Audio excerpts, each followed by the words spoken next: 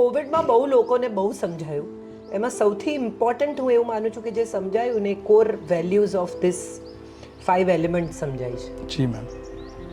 એ દરમિયાનમાં આ પાણીનો જે તમે થોટ કર્યો છે પર્કોલેશન ને એનો એ બહુ ઇન્ટરેસ્ટિંગ છે. જી મેમ.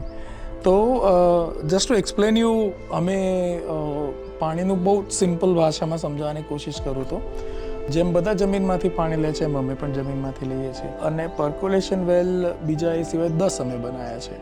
પર્કોલેશન વેલ અને બોરવેલમાં ફેર એટલો જ છે કે એકમાં મોટર છે પાણી બહાર કાઢવા માટેની અને બીજામાં મોટર નથી. બીજું એ તો સિમ્પલ મેથ. પર્કોલેશન વેલ પણ અમે 600 ફૂટ 800 ફૂટ એક્વાફર પ્રમાણે અમે બનાવ્યા. એટલે આઈડિયા એ છે કે ભાઈ એકમાંથી અમે પાણી લઈએ તો અમે 10માંથી પાણી પાછું આપીએ કેમ કે એકમાંથી અમે 12 મહિના પાણી લઈએ. 10 એટલા માટે કેમ કે વરસાદ અમને મળવાનો છે 3 મહિના જ મળવાનો છે તો એને કમ્પ્લીટ કરવા માટે એમાંથી તમે જમીનને પાણી પાછું આપો છો.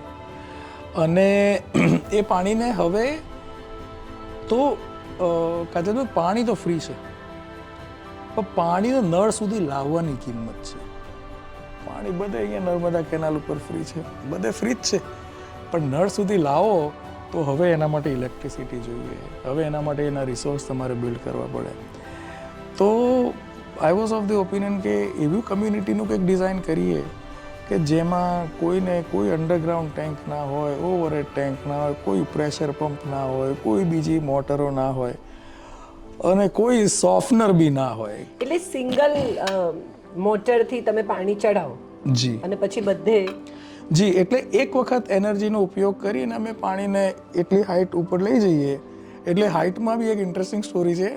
2.1નું પ્રેશર અચીવ કરો તો તમે શાવર લો તો તમને આમ આનંદ થાય કે હા પાણી આવ્યું સારું. વી પુટ મશીન વી અચીવ 3.5 પ્રેશર અને એ એટલું બધું ઇન્ક્રેડિબલ વધારે પડતું પ્રેશર છે વિચ ઇઝ ગુડ. 27 મીટરને કારણે કરેક્ટ. તો એ પછી હજી તો ધીરે ધીરે જેમ મેમ્બર્સ વચ્ચે એમ થોડું કર્વ થશે પણ વી વુડ બી વેલ અબાવ 2.1.